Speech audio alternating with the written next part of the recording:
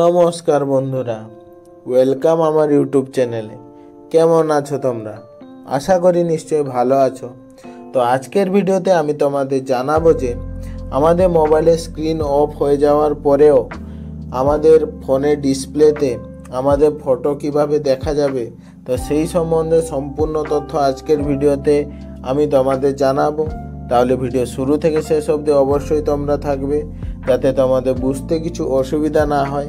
আর হ্যাঁ, আমার চ্যানেলে যদি তোমরা নতুন হয়ে থাকো তাহলে অবশ্যই চ্যানেলটি সাবস্ক্রাইব করে বেল আইকন বাজিয়ে নোটিফিকেশান অন করে দিও, যাতে আরও নতুন নতুন টিপস, নতুন নতুন ইনফরমেশান সর্বপ্রথম তোমরা পেতে পারো। তাহলে চলো বন্ধুরা, ভিডিও শুরু করা যাক। তো সর্বপ্রথম বন্ধুরা, আমরা আমাদের ফোনের হোম স্ক্রিনে চলে এসেছি। এরপর আমাদের চলে যেতে হবে আমাদের মোবাইলের সেটিংয়ে। তো সেটিংয়ে ক্লিক করার পর বন্ধুরা আমাদের সামনে এরকম ইন্টারফেস চলে আসবে। তো এখান থেকে বন্ধুরা আমাদের নিচের দিকে স্ক্রল করতে হবে। তো নিচের দিকে স্ক্রল করলে আমরা একটি অপশান পাবো ডিসপ্লে অ্যান্ড ব্রাইটনেস বলে। তো ওইখানে আমাদের ক্লিক করে নিতে হবে।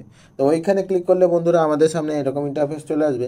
তো এখান থেকে নিচের দিকে স্ক্রল করলে আমরা একটি অপশান পাবো লক স্ক্রিন বলে একটি অপশান পাবো, ওইখানে তোমাদের ক্লিক করে নিতে হবে। ওইখানে ক্লিক করার সাথে সাথে তোমাদের সামনে আরও একটি ইন্টারফেস চলে আসবে। তো এখান থেকে নিচের দিকে স্ক্রল করলে বন্ধুরা তোমরা দেখতে পাবে অলওয়েজ অন ডিসপ্লে। তো তোমরা যদি এভাবে না পাও, যদি সেটিংটি খুঁজে না পাও, তাহলে এখান থেকে ব্যাক করে নিবে। তো ব্যাক আসার পর তোমরা দেখতে পাবে এখানে যে সার্চ বাটন আছে, ওইখানে সার্চ করবে অলওয়েজ অন ডিসপ্লে। সার্চ করার পর বন্ধুরা তোমাদের সামনে এরকম ইন্টারফেস চলে আসবে। তো তোমরা নিচের অপশানটি দেখতে পাচ্ছ, ওইখানে তোমরা ক্লিক করে নিবে। এখানে ক্লিক করলে বন্ধুরা তোমাদের সামনে এরকম ইন্টারফেস চলে আসবে। তো তোমরা এখানে উপরে দেখতে পাচ্ছ অলওয়েজ অন ডিসপ্লে আমার অন আছে। তো তোমাদের হয়তো এরকম অফ থাকবে, তো এটা তোমরা অন করে নিবে। তো অন করার পর তোমরা নিচে দেখতে পাচ্ছ এখানে মাই থিমে আমি যেহেতু ফটো লাগিয়েছি, ওই জন্য এগুলো সেভ হয়ে আছে, তো ওই জন্য এখানে দেখাচ্ছে। তো তোমরা যেহেতু ফটো লাগাওনি, তো তার জন্য তোমরা এখানে নিচের দিকে স্ক্রল করলে তোমরা দেখতে পাবে সিলেক্ট ব্যাকগ্রাউন্ড বলে একটি অপশান থাকবে, তার নিচে কাস্টম ইমেজ বলে একটি অপশান থাকবে, ওইখানে তোমরা ক্লিক করে নিবে।